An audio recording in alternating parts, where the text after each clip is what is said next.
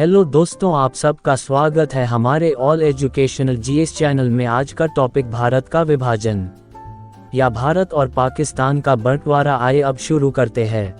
भारत के ब्रिटिश शासकों ने हमेशा ही भारत में फूट डालो और राज्य करो की नीति का अनुसरण किया। उन्होंने भारत के नागरिकों को संप्रदाय के अनुसार अलग अलग समूहों में बांट कर रखा।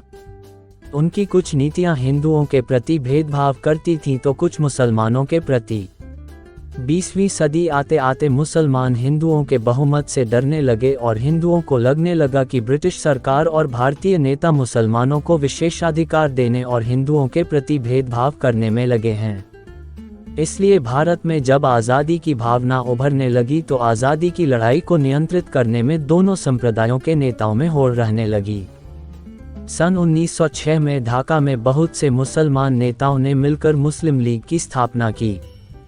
इन नेताओं का विचार था कि मुसलमानों को बहुसंख्यक हिंदुओं से कम अधिकार उपलब्ध थे तथा भारतीय राष्ट्रीय कांग्रेस हिंदुओं का प्रतिनिधित्व करती थी। मुस्लिम लीग ने अलग अलग समय पर अलग अलग मांगें रखीं। 1930 में मुस्लिम लीग के सम्मेलन में प्रसिद्ध उर्दू कवि मोहम्मद इकबाल ने एक भाषण में पहली बार मुसलमानों के लिए एक अलग राज्य की मांग उठाई। तथ्य वांछित 1935 में सिंध प्रांत की विधानसभा ने भी यही मांग उठाई। इकबाल और मौलाना मोहम्मद अली जौहर ने मोहम्मद अली जिन्ना को इस मांग का समर्थन करने को कहा।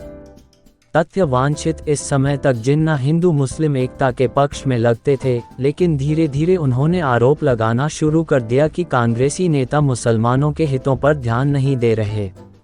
लाहौर में 1940 के मुस्लिम लीग सम्मेलन में जिन्ना ने साफ तौर पर कहा कि वह दो अलग अलग राष्ट्र चाहते हैं। उन्होंने कहा, हिंदुओं और मुसलमानों के धर्म, विचारधाराएं, रीति रिवाज और साहित्य बिल्कुल अलग अलग हैं।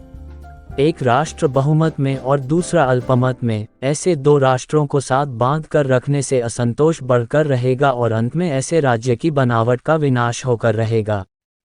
हिंदू महासभा जैसे हिंदू संगठन भारत के बंटवारे के प्रबल विरोधी थे, लेकिन मानते थे कि हिंदुओं और मुसलमानों में मतभेद हैं।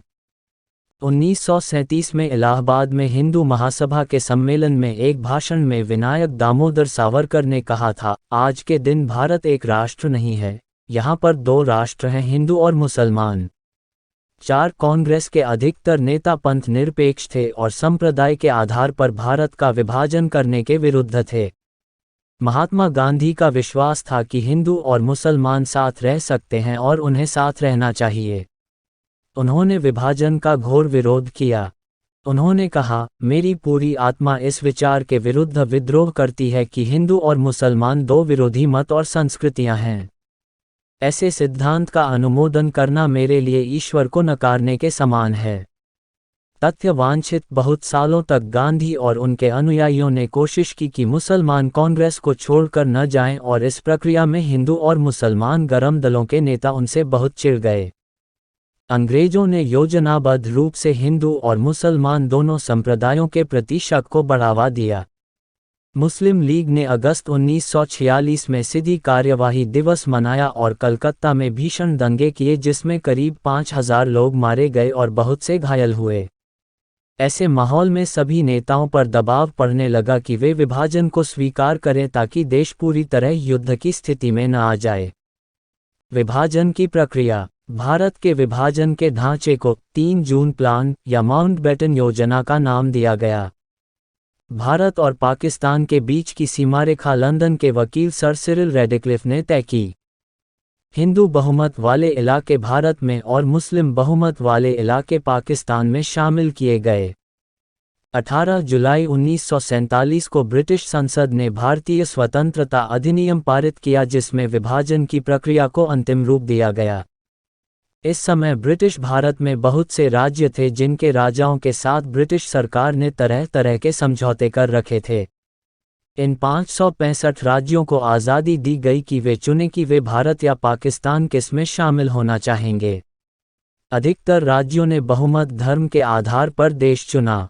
जिन राज्यों के शासकों ने बहुमत धर्म के अनुकूल देश चुना उनके एकीकरण में काफ़ी विवाद हुआ। देखें भारत का राजनीतिक एकीकरण।